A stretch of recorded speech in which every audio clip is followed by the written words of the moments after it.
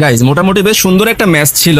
দেখো তোমরা, এখানে আমি নিচে ছিলাম, উপরে পাহাড়ের উপরে স্কট সহ বেশ কিছু এনিমি ফাইট করতেছিল। আমি স্নাইপার এবং AK-47 কম্বিনেশন করে এখানে এনিমি ডাউন করে দিলাম, ফিনিশও করে দিলাম।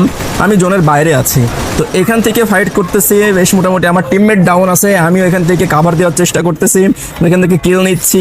এমন ছিল না, পাশের থেকে এমন নিয়ে নিলাম। নিয়ে নেওয়ার পরে এখানে আরেকটা এনিমিকে দেখো ডাউন করে দিলাম। এরা হচ্ছে যাদেরকে আগে মারছিলাম, ওরা আবার রিভাইভ পেয়ে এই জায়গাতেই নামছে।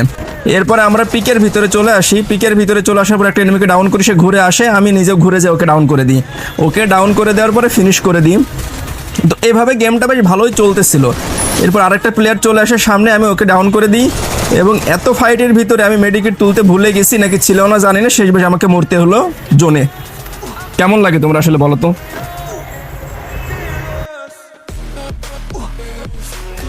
Head there.